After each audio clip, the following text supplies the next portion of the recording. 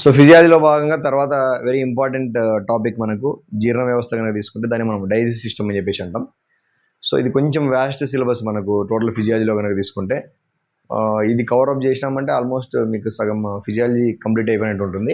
So దాంట్లో భాగంగా మనకు జీర్ణ వ్యవస్థ అంటే అర్థం ఏంటంటే ఏదైతే ఆహార పదార్థాలు రకరకాల రూపంలో పశువులు కావచ్చు మనం కావచ్చు తీసుకున్నప్పుడు ఆ తీసుకున్న పదార్థాలని వివిధ రకాలైనటువంటి కార్యక్రమాల ద్వారా అంటే రకరకాల ఎంజైమ్ల ద్వారా కావచ్చు, రకరకాల హార్మోన్ల ఇన్వాల్వ్మెంట్ వల్ల కావచ్చు, మెకానికల్ మూమెంట్స్ వల్ల కావచ్చు, అంటే యాంత్రిక బలం అని చెప్పేసి అంటే మనకు ఏదైతే పశువులైతే రూమెన్ అని చెప్పేసి ఉంటాం, మనకైతే పొట్ట అని చెప్పేసి వాటి యొక్క కండరాల వల్ల కావచ్చు, లేకపోతే తర్వాత ఇదే జీర్ణ వ్యవస్థ తర్వాత జరిగే కార్యక్రమం ఏంటంటే అబ్జార్ప్షన్ అని చెప్పేసి అంటాం. ఈ అన్ని కార్యక్రమాల వల్ల జీర్ణమైన ఆహార పదార్థంలో ఏవైతే మనకు శరీరానికి ఉపయోగపడతాయని చెప్పేసి అనుకుంటామో వాటిని తిరిగి శరీరంలోకి మనము శోషించుకుంటాం, అంటే అబ్జార్బ్ చేసుకుంటాం లోపలికి అనమాట.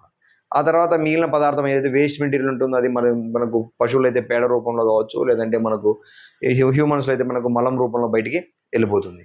ఈ ఎంటైర్ మొత్తం థింగ్ అంతా కూడా ఎవరు చేస్తారంటే మనకు జీర్ణ వ్యవస్థ లేదా దీన్ని మనము డైజెస్టివ్ సిస్టమ్ అని చెప్పేసి అంటాం. సో దాంట్లో భాగంగా మనకు టోటల్గా జీర్ణ వ్యవస్థ తీసుకుంటే రెండు రకాలుగా చెప్పుకోవచ్చు. ఒకటి ఎలిమెంటరీ కెనాల్ అని చెప్పేసి అంటాం, రెండవది యాక్సెసరీ ఆర్గాన్ అని చెప్పేసి అంటాం, అనుబంధ అవయవాలు అని చెప్పేసి అంటాం. సో ఏవైతే మనకు ఈ పెదవుల నుంచి మొదలు పెట్టేసి చివరి ఆర్గాన్ రెక్టం వరకు ఉన్నటువంటి దీన్ని మొత్తాన్ని కూడా ఎలిమెంటరీ కెనాల్ అని చెప్పేసి అంటాం, అంటే నోటి నుంచి మొదలు పెట్టేసి. ఇవి కాకుండా యాక్సెసరీ ఆర్గాన్ లేదా అనుబంధ అవయవాలు అంటే ఏంటివంటే ఏవైతే ఈ జీర్ణ వ్యవస్థకు దోహదపడతాయో హెల్ప్ చేస్తాయో వాటిని మనం యాక్సెసరీ అవయవాలు అని చెప్పేసి. ఉదాహరణకి ఒక లివర్ కావచ్చు, ఒక ప్యాంక్రియాస్ కావచ్చు, ఇలాంటి వాటిని మనము ఉదాహరణకి తీసుకుంటే కనుక అవి రెండు చెప్పవచ్చు అనమాట. ఓకేనా, వాటిని యాక్సెసరీ అవయవాలు లేదా ఆర్గాన్స్ అని చెప్పేసి అంటాం. దాంట్లో ముందుగా ఎలిమెంటరీ కెనాల్ కనుక తీసుకుంటే కనుక దాంట్లో మొదటగా మనకు వచ్చింది అంటే ఓరల్ క్యావిటీ, నోటి కుహరము అని చెప్పేసి అంటాం. సో ఆ నోటి కుహరం కనుక తీసుకుంటే ముందుగా మనకు దాంట్లో ఏ అవయవాలు ఉంటాయి దాంట్లో అంటే ఒకటి పెదవులు అని చెప్పేసి అంటాం, లిప్స్ అని చెప్పేసి అంటాం, రెండవది నాలుక టంగ్, తర్వాత దంతాలు టీత్ అని చెప్పేసి అంటాం, ఆ తర్వాత హార్డ్ ప్యాలెట్ అని ఉంటుంది ఒకటి, తర్వాత సాఫ్ట్ ప్యాలెట్ ఉంటుంది ఒకటి, ఆ తర్వాత లాలాజల గ్రంథులు లేదా వాటిని మనము సలైవరీ గ్లాండ్స్ అని చెప్పేసి అంటాం. సో దాంట్లో ఒక్కొక్క దాన్ని కనుక తీసుకున్నాం అనుకోండి, ముందుగా ఇక్కడ ఏంటంటే మనకు ఆ పార్ట్ ఒకవేళ మీకు అడిగితే కనుక ఏం పని చేస్తున్నటువంటిదే మనకు వెరీ ఇంపార్టెంట్ తీసుకుంటే కనుక బిట్ కనుక తీసుకుంటే కనుక అక్కడక్కడ కొన్ని చోట్ల ఎక్కడి నుంచి ఉద్భవిస్తుంది, ఏ ఏరియాలో ఉంటుంది అని అడిగే అవకాశం ఉంటుంది. సో అలా అవి కనుక పెట్టుకుంటే మ్యాక్సిమం అవే బిట్లు పడే అవకాశం ఉంటుంది. సో మొదటగా పెదవులు అందరు తెలిసిన విషయమే, రెండు పెదవులు ఉంటాయి, పై పెదవి అంటాం, కింది పెదవి అంటాం. సో రిలేటివ్గా మనకు ఈ పెదవులు ఏంటంటే కదలికను తక్కువగా కలిగి ఉంటాయని పాయింట్ గుర్తుపెట్టుకోండి. తర్వాత ఈ కింది పెదవి కనుక తీసుకుంటే మనం దాన్ని చిన్న అనేటువంటి ఒక భాగాంతో కంటిన్యూ అయి ఉంటుందని పాయింట్ గుర్తుపెట్టుకోండి. తర్వాత వెరీ ఇంపార్టెంట్ పాయింట్ ఏదైతే పై పెదవి అని చెప్పేసి అన్నామో ఈ పై పెదవి అనేటువంటిది ఈ రెండు మనం ముక్కు రంధ్రాలు ఏమంటే నాస్ట్రిల్స్ అని చెప్పేసి పేరుతో పిలుస్తాం. ఈ ముక్కు నాసికా రంధ్రాలని నాస్ట్రిల్స్ అని చెప్పేసి అంటాం. ఈ పై పెదవికి మరియు నాస్ట్రిల్స్కి మధ్యలో పశువుల్లో కనుక గమనిస్తే కనుక మనకు ఒక చూడడానికి ఒక ట్రయాంగిల్ షేప్లో కనిపిస్తూ ఉంటుంది. ఈ పక్కన ఒక నాస్ట్రిల్ తీసుకుంటే ఈ పక్కన నాస్ట్రిల్ తీసుకుంటే కనుక ఇట్లా ముక్కు రంధ్రాలు తీసుకుంటే ఒక నల్లని ప్రాంతము, ఎలాంటి వెంట్రుకలు లేనటువంటి ఒక ప్రాంతము బాగా డీప్గా కనుక గమనిస్తే కనుక ఇట్లా చిన్న చిన్న బీడ్స్ అని చెప్పేసి పేరుతో పిలుస్తాం, చిన్న చిన్న మనకు డాట్స్ లాగా కనిపిస్తూ ఉంటాయి. దాన్ని మనము మజిల్ అని చెప్పేసి అంటాం, దీన్ని ముట్టే అనే పేరుతో పిలుస్తాం అనమాట. సో అది ఈ పెదవులకు సంబంధించి కనుక వెరీ ఇంపార్టెంట్ పాయింట్ తీసుకుంటాడు. అంటే ఒక ఇంపార్టెంట్ పాయింట్ ఎక్కువగా బిట్లో అడిగేటువంటి అవకాశం ఉంది ఏంటంటే ఏవైతే ఈ రెండు పెదవులు మన పై పెదవి కింద పెదవి అని చెప్పేసి అన్నామో ఈ రెండు కలిసేటువంటి ఈ యాంగిల్ ఏదంటే దీన్ని కొమ్మిజూర్ అని చెప్పేసి అంటాం. ఓకేనా, కొమ్మిజూర్ అని చెప్పేసి అంటాం. సో పక్కలకు ఉన్నాయి కాబట్టి వీటిని లాటరల్ కొమ్మిజూర్స్ అని చెప్పేసి, పార్శ్వతలం అంటే సైడ్కి ఉన్నాయి కాబట్టి లాటరల్ కొమ్మిజూర్స్ అనే పేరుతోటి పిలుస్తారు. వెరీ ఇంపార్టెంట్ బిట్ ఇది కూడా. ఇది పెదవులకు సంబంధించి కనుక తీసుకుంటే కనుక. ఓకే, తర్వాత హార్డ్ ప్యాలెట్ కనుక తీసుకుంటే ఏదైతే నోరు యొక్క కుహరం ఉంటుందో ఆ కుహరానికి సంబంధించి పై కప్పును ఏర్పరిచేటువంటి భాగాన్ని, పై రూఫ్ని ఏర్పరిచేటువంటి దీన్ని మనం చేపెట్టి కనుక చెక్ చేసుకుంటే లోపల ఇనీషియల్గా మనకు ఈ పై తలాన్ని కనుక రూఫ్ని కనుక తీసుకుంటే మొదటగా ముందు వైపు ఉన్నదాన్ని గట్టిగా తగులుతుంటుంది, లోపలికి వెళ్ళే కొద్దీ మెత్తగా తగులుతూ ఉంటుంది. సో ఏదైతే గట్టిగా ఉన్నటువంటి ప్రదేశాన్ని ఏమంటాం దాన్ని మనము హార్డ్ ప్యాలెట్ అని చెప్పేసి అంటాం. ఓకేనా, ఈ హార్డ్ ప్యాలెట్ కనుక తీసుకుంటే ఏం ఏర్పరుస్తుంది అంటే రూఫ్ని, నోటి కుహరాన్ని బక్కల్ క్యావిటీ అనే పేరుతో కూడా పిలుస్తాం దీనికి. ఓకేనా, ఓరల్ క్యావిటీ తీసుకుంటే సో పై దాన్ని రూఫ్ని ఏర్పరిచే దాన్ని హార్డ్ ప్యాలెట్ అంటాం. సో దీనిలో కనుక తీసుకుంటే మనకు ఫర్ ఎగ్జాంపుల్ ఇది కనుక మనము పై దవడ కనుక అంటే ఈ పై ఏరియా కనుక మనకు పశువులో కనుక తీసుకుంటే ఇది పై పెదవికి సంబంధించి కనుక తీసుకున్నాం అనుకోండి, ఇక్కడ చిన్న చిన్న లైన్స్ కనపడతా ఉంటాయి అన్నమాట. ఓకేనా. వీటిని రిడ్జెస్ అనే పేరుతో పిలుస్తాం. గాడులు తెలుగులో కనుక తీసుకుంటే రిడ్జెస్ అండి. ఎన్ని ఉంటాయంటే 15 నుంచి 18 ఉంటాయని చెప్పేసి అంటాడు. వీటి మధ్యలో కనుక తీసుకుంటే ఒక చిన్న గాడి లాంటి నిర్మాణం ఒకటి ఉంటుంది, దాన్ని రాఫే అని చెప్పేసి అని అంటాం. Very important bit. ఇక్కడ మనం అడిగేటువంటి బిట్ ఇంపార్టెంట్ ఏంటంటే ఏదైతే పై పెదవి ఉందో ఆ పెదవికి మరియు మొదటి రిడ్జ్ ఉంది కదా, ఈ రిడ్జ్కి మధ్యలో కనుక తీసుకుంటే ఒక త్రిభుజాకారంలో ఒక నిర్మాణం కనపడుతుంటుంది, ట్రయాంగిల్ షేప్లో ఒక నిర్మాణం కనపడుతుంది. దాన్ని మనము ప్యాపిల్లే ఇన్సిసివా అని చెప్పేసి పేరుతో పిలుస్తాం. వెరీ ఇంపార్టెంట్ బిట్ అనమాట. ప్యాపిల్లే ఇన్సిసివా అని చెప్పేసి పేరుతో పిలుస్తాం. ఎలా ఉంటుంది ఇది? పై పెదవికి మరియు మొదటి రిడ్జ్కి మధ్యలో ఉంటుంది, ట్రయాంగిల్ షేప్ లేదా త్రిభుజాకారంలో ఉంటుంది, పైన గుర్తుపెట్టుకోండి. దీని తర్వాత వచ్చే ఆర్గన్ అంటే సాఫ్ట్ ప్యాలెట్ అని చెప్పేసి ఇది స్మూత్గా కండర నిర్మితం అంటే మజిల్ తోటి తయారై ఉంటుంది. దీని యొక్క చివరి కనుక తీసుకుని మనకు కొండ నాలుకగా కంటిన్యూ అవుతుంది, పైన గుర్తుపెట్టుకోండి. ఎపిగ్లాటిస్ అనే పేరుతో కూడా పిలుస్తాం అనమాట. సో ఇది ఏదైతే మనకు హార్డ్ ప్యాలెట్ మరియు ఈ స్మూత్ ప్యాలెట్ సాఫ్ట్ ప్యాలెట్ కనుక తీసుకునేది. అండ్ వెరీ ఇంపార్టెంట్ బిట్, మనకి బిట్లు ఎక్కువ పడేటువంటి ఏరియా ఏంటంటే నాలుక, టంగ్ అని చెప్పేసి. ఈ నాలుక కనుక తీసుకుని ఇది ఒక కండర నిర్మితము లేదంటే మజిల్ తోటి తయారై ఉంటుంది, పైన గుర్తుపెట్టుకోండి. సో ఇది ఎక్కడ ఉంటుందంటే ఏవైతే రెండు దవడలు మనకు ఉంటాయో వీటిని మ్యాండిబుల్స్ అని చెప్పేసి అంటాం. మనకు అనాటమీలో ఏవైతే మన కపాల ఎముకలు లేకుంటే ఫేషియల్ బోన్స్ అని చెప్పేసి చదువుకున్నామో, సో దాంట్లో ఈ బోన్ పేరు ఏంటంటే ఇటువైపు ఒక మ్యాండిబుల్ బోను, ఇది ఒక మ్యాండిబుల్ ఉంటుంది. ఈ రెండు మ్యాండిబుల్స్ మధ్యలో ఈ ఫ్లోర్లో ఉంటుంది, పైన గుర్తుపెట్టుకోండి. ఓకేనా, అది నాలుక తీసుకుంటే. ఈ నాలుక కనుక తీసుకుంటే నిర్మాణం కనుక తీసుకున్నాం అనుకోండి, ఇట్లా నాలుక కనుక తీసుకుంటే కనుక ఈ స్టార్టింగ్ పార్ట్ ఏమంటే రూట్ అని చెప్పేసి అంటాం. రూట్ అని చెప్పేసి అంటాం. దీని మొత్తాన్ని ఏమంటామంటే బాడీ అని చెప్పేసి గుర్తుపెట్టుకుంటాం. ఈ చివర ఉన్నటువంటి బాడీని ఏదైతే వేలాడుతూ మనకు బయటికి కనిపిస్తూ ఉంటుందో పశువులో కానీ ఎండింగ్ ఉంటుందో దాన్ని టిప్ అనే పాయింట్ గుర్తుపెట్టుకోండి. సో ఆల్మోస్ట్ టిప్ ఎట్లా ఉంటుంది, మొనదేలి చిన్న పొడుచుకొని వచ్చినట్టు కనిపిస్తూ ఉంటుంది మనకి. సో దీని ఇంపార్టెంట్ బిట్ ఏంటంటే ఈ రూట్ అనేటువంటి దేనికి కత్తుకొని ఉంటుందంటే హయాయిడ్ బోన్ అని చెప్పేసి ఒకటి ఉంటుంది అన్నమాట. ఆ హయాయిడ్ బోన్ కత్తుకొని ఉంటుందని గుర్తుపెట్టుకొని very very very important bit ఇది. తర్వాత దీని పైన కనుక తీసుకుంటే మనకు చిన్న చిన్న మనకు ఏదో బొడిపిల్ల లాంటి నిర్మాణాలు కనిపిస్తూ ఉంటాయి, వాటిని మనము ప్యాపిల్లే అని చెప్పేసి అంటాం. ఈ ప్యాపిల్లో మనకు తిరిగి మనకు ఇన్ని రకాలుగా ఉంటుంది. ఒకటి పిలిఫామ్ ప్యాపిల్లే అని చెప్పేసి అంటాం, ఫంజీఫామ్ ప్యాపిల్లే అని చెప్పేసి అంటాం, తర్వాత లెంటిక్యులర్ ప్యాపిల్లే అంటాం, అండ్ లాస్ట్ కనుక తీసుకుంటే వ్యాలెట్ లేదా సర్కమ్ వ్యాలెట్ అని చెప్పేసి అంటాం. దానితోనే ఈ ప్యాపిల్లలు ఏం చేస్తాయంటే వాటి యొక్క చివరిలో కొన్నిటికి మాత్రము టేస్ట్ బడ్స్, రుచి గ్రంథులు అని చెప్పేసి అంటాం, టేస్ట్ బడ్స్ ఉంటాయని గుర్తుపెట్టుకోండి. సో ఇది పిలిఫామ్ కనుక తీసుకుంటే మొత్తము దాని పైన ఉంటుందని పైన గుర్తుపెట్టుకోండి, నాలుగు పైన విస్తరించి ఉంటాయని చెప్పేసి గుర్తుపెట్టుకోండి. ఈ ఫంగీ ఫామ్ ఏంటంటే వలలాంటి నిర్మాణం లాగా, అంటే బూజులాగా వలలాగా అమర్చబడి ఉంటుందని పైన గుర్తుపెట్టుకోండి. ఫంగీ దాని పేరులో ఉంది కదా, ఫంగస్ అంటే ఏంటిది, బూజులాగా వలలాంటి నిర్మాణాలు కలిగి ఉండి గుర్తుపెట్టుకోండి. అండ్ వెరీ ఇంపార్టెంట్ ఇంకోటి లెంటిక్యులర్, ఆ తర్వాత తీసుకుంటే వ్యాలెట్ అంటాం. ఇక్కడ ఒక ఇంపార్టెంట్ బిట్ ఏంటంటే ఈ ఫంగీ ఫాము మరియు వ్యాలెట్ ఈ రెండింటికి మనకు టేస్ట్ బడ్స్ ఉంటాయని గుర్తుపెట్టుకోండి. వాటి యొక్క చివరిలో కనుక తీసుకుంటే టేస్ట్ బడ్స్ ఉంటాయని గుర్తుపెట్టుకోండి. దీనికి ఇంకో పేరు ఏంటంటే వ్యాలెట్కి సర్కమ్ వ్యాలెట్ అంటాం. అంటే ఏదో చిన్న గుంతలో ఉన్నట్టు దాని చుట్టూ ఒక గోడ ఉన్నట్టు ఉంటుంది, అందుకని సర్కమ్ అంటే అర్థమైంది సర్కిల్, గుండ్రంగా ఉంటుందని గుర్తుపెట్టుకోండి. సో ఆ సర్కమ్ వ్యాలెట్ అని గుర్తుపెట్టుకోండి, ఇది ఒక ఇంపార్టెంట్ బిట్. తర్వాత ఈ నాలుకకి సంబంధించి ఇంపార్టెంట్ పాయింట్ బాడీ కనుక తీసుకుంటే ఆ బాడీ పైన మనకు నాలుక యొక్క చివరిలో కనుక వెనక వైపు కనుక తీసుకున్నాం అనుకోండి, ఒక చిన్న ఉబ్బెత్తు లాంటి నిర్మాణం గమనించవచ్చు. దాన్ని మనము టారస్ లింగ్వే అని చెప్పేసి గుర్తుపెట్టుకోండి. టారస్ లింగ్వే అని చెప్పేసి వెరీ ఇంపార్టెంట్ బిట్ ఇది. మన నాలుక మనం పశువులు కూడా మన నాలుక బయటికి లాగినప్పుడు చూస్తే వెనక ఏదో వాపు ఉన్నట్టు కొంతమంది రైతులు తెలియని వాళ్ళు ఏం చేస్తారు, వచ్చి మన దగ్గరికి సార్ వెనకేదో లావు వాపు ఉంది సార్ అని చెప్పేసి వచ్చి అడిగే అవకాశం. ఇట్లా లాగినప్పుడు మనకు ఆ వెనక మనకు మన చేపి లోపల చెక్ చేస్తే వెనక ఒక చిన్న ఉబ్బెత్తులా నిర్మాణం ఉంటుందని టారస్ లింగ్వే అనే పేరుతో పిలుస్తాం. And very very important point, ఏదైతే టిప్పు చివరి అంచు ఉంటుందో ఆ టిప్పు కింద కనుక తీసుకుంటే మనకు ఇలా తీసుకున్నాం అనుకోండి, చిన్న ఒక లేయరు కింద మనకు ఈ ఫ్లోర్ని మరియు నాలుగుని పట్టుకొని ఉన్నట్టు ఒక చిన్న లేయర్ కనిపిస్తుంది, దాన్ని ఫ్రీనమ్ లింగ్వే అని చెప్పేసి అన్నాం. Very important bit.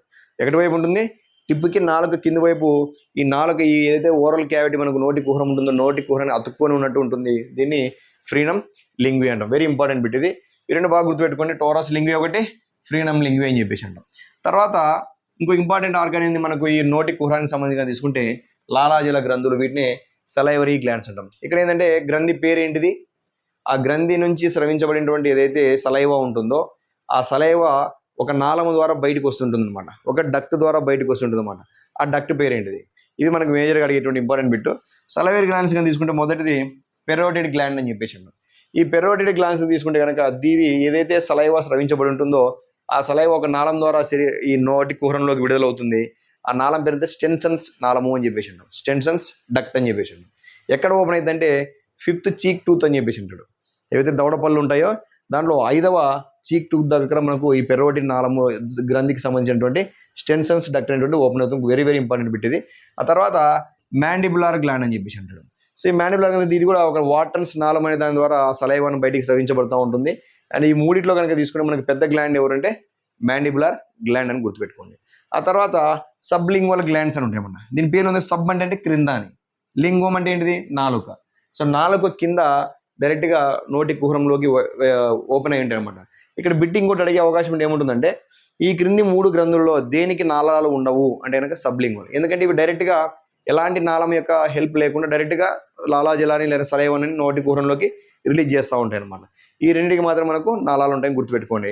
అలాగే దీనికి డిఫరెన్షియేషన్ కనుక తీసుకున్నాం అనుకోండి, కుక్కల్లో ఈ 3 మాత్రమే కాకుండా జైగోమాటిక్ గ్లాండ్ అని చెప్పేసి ఒకటి ఎక్స్ట్రా గ్లాండ్ ఒకటి ఉంటుంది. అది గుర్తుపెట్టి very very very very important bit. ఆ తర్వాత గుర్రంలో కనుక తీసుకున్నాం అనుకోండి, ఈ మూడింట్లో మనకు పెద్దది ఏమని చెప్పాము మ్యాండిబులర్ అని చెప్పేసి. అదే గుర్రాల్లో కనుక తీసుకుంటే పెరోటిడ్ గ్రంథి అనేటువంటిది పెద్దదిగా ఉంటుంది గుర్తుపెట్టుకోండి. అలాగే ఈ సబ్లింగువల్ గ్లాండ్ అనేటువంటి తీసుకుంటే ఒక్కటిగా ఉంటుంది గుర్తుపెట్టుకోండి దేంట్లో గుర్రంలో. So very very very important bit. So ఇందాక ఇప్పుడు సలైవరీ గ్లాండ్స్ అన్నింటిలో కనుక తీసుకుంటే టోటల్గా రోజుకి ఎంత స్రవిస్తాయి సలైవా అని తీసుకుంటే 2 నుంచి 5 లీటర్లు స్రవిస్తాయని గుర్తు. Very important bit. ఇవి ఏ నేచర్ కలిగి ఉంటాయంటే క్షార గుణాన్ని బేస్ లక్షణాన్ని కలిగి ఉంటాయని చెప్పి అంటాం. ఈ బేస్ లక్షణం కలిగి ఉన్న మూలంగానే మనం ఏదైతే పొట్టలోకి తీసుకున్న ఆహారం లోపలికి వెళ్తుందో అక్కడ రకరకాల యాసిడ్, ముఖ్యంగా HCl హైడ్రోక్లోరిక్ యాసిడ్ స్రవించబడుతుందని చెప్పేసి అన్నాం. అది ఎప్పటికప్పుడు న్యూట్రల్ అవ్వడానికి దేనికి ఉపయోగపడుతుంది ఏంటంటే ఈ సలైవా. సుమారు 2 నుంచి 5 లీటర్లు స్రవించబడుతుంది. అట్ ది సేమ్ టైం క్షార గుణం కలిగి బేస్ గుణాన్ని కలిగి ఉంటుంది కాబట్టి ఆ పొట్టలో స్రవించబడేటువంటి హైడ్రోక్లోరిక్ యాసిడ్ని ఎప్పటికప్పుడు న్యూట్రల్ చేస్తూ ఉంటుందని గుర్తుపెట్టుకోండి. సో ఇది టోటల్గా మనకు ఈ ఏదైతే మనకు ఈ ఓరల్ క్యావిటీలో ఉన్న అవయవాలు కనుక తీసుకుంటే దీంట్లోనే ఇంకో వెరీ ఇంపార్టెంట్ అవయవం ఏంటిదంటే దంతాలు కనుక తీసుకున్నాం అనుకోండి, టీత్ అని చెప్పేసి అన్నాం. ఈ టీత్ కనుక గమనిస్తే కనుక ఏదైతే మనకు ఈ దవడలు కనుక తీసుకున్నాం అనుకోండి, ఈ దవడలో కనుక చూసి చిన్న చిన్న రంధ్రాలు ఉంటాయి. ఫర్ ఎగ్జాంపుల్ ఏదైనా ఒక పళ్ళు ఊడిపోయింది అనుకోండి, ఆ పళ్ళు ఊడిపోయిన చోట మనకి ఏముంటుంది, ఒక చిన్న గుంత లాంటి నిర్మాణం ఉంటుంది ఊడిపోయిన చోట. సో దాన్ని ఏముందంటే ఆల్వియోలార్ సాకెట్లు అని చెప్పేసి అంటాడు అనమాట. సాకెట్ అంటే చిన్న పాకెట్ లాంటిది, అమర్చుకునేటువంటిది అని చెప్పేసి ఆల్వియోలార్ సాకెట్లు అని చెప్పేసి అంటాం. సో దీంట్లో మనకు బయటకు కనిపించేటువంటి పంటిని ఏమంటామంటే క్రౌన్ అని చెప్పేసి అంటాం. బయటకు కనిపించేటువంటి టూత్ యొక్క నిర్మాణాన్ని ఏమంటామంటే క్రౌన్ అని చెప్పేసి అంటాం. ఏదైతే కంప్లీట్గా దవడ లోపల మునిగిపోయినట్టు మనకి సాకెట్ మునిగిపోయి ఉంటుంది దీన్ని ఏమంటామంటే రూట్ అని చెప్పేసి అంటాం. ఓకేనా, రూట్ అని చెప్పేసి అంటాం. ఈ పైన కనిపించే క్రౌన్ని దేంతో తయారవుతుందంటే డెంటిన్ అనేటువంటి పదార్థంతో తయారవుతుంది. డెంటిన్ అనేటువంటి పదార్థంతో తయారయ్యి దీనిపైన కనుక తీసుకుంటే మనకు ఒక చిన్న లేయర్ ఉంటుంది. ఇది శరీరంలో అన్నిటికంటే గట్టి పదార్థం అని గుర్తుపెట్టుకోండి. దాని పేరు ఏం పేరంటే ఎనామిల్ అని చెప్పేసి అంటాం. ఓకేనా, ఎనామిల్ అని చెప్పేసి అంటాం. సో పైన క్రౌన్ దేంతో తయారవుతుందంటే డెంటిన్తో తయారవుతుంది. ఆ డెంటిన్ కూడా దేంతో కవరప్ అయి ఉంటుందంటే ఎనామిల్తో కవరప్ అయి ఉంటుంది. ఈ లోపల ఉన్నటువంటి దంతము యొక్క ఇది కూడా డెంటిన్తో తయారై ఉంటుంది లోపల కూడా. మరి దీన్ని ఆవరించి ఏముంటుందంటే సిమెంటం అనే పదార్థం ఉంటుంది. సిమెంటం అనేటువంటి ఒక పదార్థం ఉంటుంది. ఓకేనా, ఇక్కడ పాయింట్ ఏంటంటే డెంటిన్ని ఆవరించి పైన అయితే క్రౌన్ అంటామో, ఆ క్రౌన్ పైన ఉన్నటువంటి డెంటిన్ ఆవరించి ఎనామిల్ ఉంటుంది. దవడ లోపల ఉండే రూట్ని ఆవరించి ఉండే దాని ఏమో సిమెంటం అని ఉంటుందని గుర్తుపెట్టుకోండి. ఇలాగ ఇంపార్టెంట్ పాయింట్ ఏంటంటే దీని యొక్క లోపల కనుక తీసుకుంటే ఒక కుహరం ఉంటుంది. ఈ కుహరం ఉంటుంది. దీని లోపల ఉండే పదార్థాలు ఏమంటే పల్ప్ క్యావిటీ లేదా దీన్ని పల్ప్ అని చెప్పేసి అంటాం. ఈ పల్పులో ఏముంటుందంటే ఏవైతే రక్తనాళాలు కావచ్చు, సిరలు కావచ్చు, నాడులు కావచ్చు, ఇవన్నీ కూడా దీంట్లోకి పోయి ఉంటాయి. ఓకేనా, పల్ప్ క్యావిటీ అని చెప్పేసి అంటాం. ఈ పల్ప్ క్యావిటీకి అంచులు కనుక తీసుకున్నాం అనుకోండి కొన్ని రకాలైనటువంటి కణాలతో నిర్మితమై ఉంటుంది అని పాయింట్ గుర్తుపెట్టుకోండి. కణాలతో నిర్మితమై ఉంటుంది. ఆ కణాల పేర్లు ఏమిటంటే ఒడంటోబ్లాస్ట్లు అని చెప్పేసి అంటాం. ఒడంటోబ్లాస్ట్లు అని చెప్పేసి అంటాం. ఈ ఒడంటోబ్లాస్ట్ల యొక్క పని ఏంటంటే డెంటిన్ను స్రవిస్తూ ఉంటాయని గుర్తుపెట్టుకోండి. డెంటిన్ను సింపుల్ చెప్తే దంతాన్ని ఏర్పరిచేటువంటి కణాలు ఎవరంటే సెల్స్ ఎవరంటే ఒడంటోబ్లాస్ట్లు అని చెప్పేసి అంటాం. ఓకేనా, ఇది దంతం యొక్క నిర్మాణం కనుక తీసుకుంటే. ఇవి ఇలాంటి దంతాలు పశువుల్లో కనుక తీసుకుంటే కనుక మనకు పై దవడ ఏదైతే ఉంటుందో ఆ పై దవడ పైన మనకు ఈ ముందు వైపు ఉన్నటువంటి దంతాలు ఏవైతే ఇన్సిజార్స్ అని చెప్పేసి అంటాం. కొరికేటువంటి దంతాలు అనేటువంటివి పై దవడలో ఉండవు. ఆ ఖాళీగా ఉన్న ప్రాంతాన్ని ఏమంటే మనము డెంటల్ ప్యాడ్ అని చెప్పేసి అంటాం. Very very very very important video, dental pad అని చెప్పేసి అంటాం. సో అలా కాకుండా మనకు జనరల్గా పశువులకి చీల్చుకొని తినాల్సిన ఆహారం ఏమి ఉండదు, చీల్చాల్సిన అవసరం ఉండదు కాబట్టి కెనైన్స్ అని చెప్పేసి అంటాం. ఆ కెనైన్ అనేటువంటి దంతాలు చీల్చు దంతాలు అంటారు తెలుగులో. వాటికి అవసరం లేదు కాబట్టి ఆ కెనైన్ అనేటువంటి దంతాలు ఉండవు. సో టోటల్గా మనకి ఎలాంటి దంతాలు ఉంటాయి? కొరికి దంతాలని ఇన్సిజర్స్ అని చెప్పేసి అంటాం, చీల్చే దంతాలని కెనైన్లు అని చెప్పేసి అంటాం, తర్వాత ప్రీ మోలార్లు అని చెప్పేసి అంటాం, దవడకు ఉండేటువంటి దంతాలని నమిలే దంతాలు అంటాం, తర్వాత ఉండేటువంటి మోలార్స్ అని చెప్పేసి అంటాం. సో కాబట్టి మనకి బిట్ ఏమడిగే అవకాశం ఉంటుందంటే దీన్ని ఏమంటే ఈ రకంగా ఈ దంతాలు ఇన్ని ఉంటాయి పైదవడలో. ముఖ్యంగా మనకు డెంటిషన్ అనే ఒక పదం వస్తుంది. డెంటల్ ఫార్ములా అంటాం, సింపుల్ చెప్తే డెంటల్ ఫార్ములా అని చెప్పేసి అంటాం. డెంటల్ ఫార్ములా అని చెప్పేసి అంటే ఒక పశువుకి కావచ్చు, ఒక మనిషికి కావచ్చు, ఒక యానిమల్కి దేనికైనా సరే ఎన్ని దంతాలు ఉన్నాయని తెలపాలంటే ఏం చేస్తారంటే ఏదైనా ఒక దవడలోని సగంని మనము ఒక ఫార్ములా రూపంలో చూపించుకుంటాం. ఉదాహరణకి పశువుల్లో కనుక తీసుకున్నాం అనుకోండి, 2030 అని చెప్పేసి అంటాం. 2030 అంటే కనుక 2 ఏమంటాం ఇన్సిజార్జు అని. కెనైన్స్ ఉంటాయి పశువులకి? ఉండవు కెనైన్స్. సో ఇవి ప్రీ మోలార్స్ అంటే ముందు ఉండేటువంటి దంతాలు, తర్వాత ఉండేటువంటివి మోలార్స్ అంటాం. సో ఇవి పాల దంతాలు కనుక తీసుకున్నాం అనుకోండి, పాల దంతాలు వెనక దంతాలు ఉంటాయి ఇవి. సో ఉండవు కాబట్టి అలా 2030 అని చెప్పేసి అంటాం. అలాగే 3030 తీసుకోవచ్చు. ఓకేనా? సో 3 ముందరది కొరికేటువంటి దంతాలు కెనైన్స్ ఉండవు. అలాగే ప్రీమోలార్స్ అదే శాశ్వత దంతాలు తీసుకున్నాం అనుకోండి, 3033 తీసుకునుకోండి, అవి 3 పేర్లు ఉన్నాయి గుర్తుపెట్టుకోండి. సింపుల్గా ఇట్లా అంటే ఇది ఎగ్జాక్ట్ ఇది కాకుండా ఇలా డెంటల్ ఫార్ములా అంటే ఏవైతే దంతాలు ఎన్ని ఉన్నాయో చూపించాలని మనం ఒక డెంటల్ ఫార్ములా రూపంలో చూపిస్తాం, దాన్ని డెంటిషన్ అని చెప్పేసి. ఇవి ఓవరాల్గా మనకు దంతాలకు సంబంధించి కనుక తీసుకుంటే డైజెస్ట్ సిస్టమ్ కనుక తీసుకుంటే ఇక్కడ మనకు ఓరల్ క్యావిటీకి సంబంధించిన ఆర్గాన్లు కనుక తీసుకుంటే కనుక సో వెరీ ఇంపార్టెంట్. సో ఆ అవయవం పేరేంటిది, దాని యొక్క పని ఏంటిది, దానికి స్పెసిఫిక్ క్యారెక్టర్స్ ఏమైనా ఉంటే కనుక ఆ క్యారెక్టర్స్ గుర్తుపెట్టుకుంటే మనకి ఇంపార్టెంట్ బిట్లు పడే అవకాశం ఉంటుంది. ఓకేనా? ఈ డెంటల్ ఫార్ములా కూడా మనకు రకరకాల పశువుల్లో రకరకాలుగా ఉంటుంది కాబట్టి ఆ డెంటల్ ఫార్ములా కూడా గుర్తుపెట్టుకుంటే సరిపోతుంది అన్నమాట. ఓకేనా? రైట్.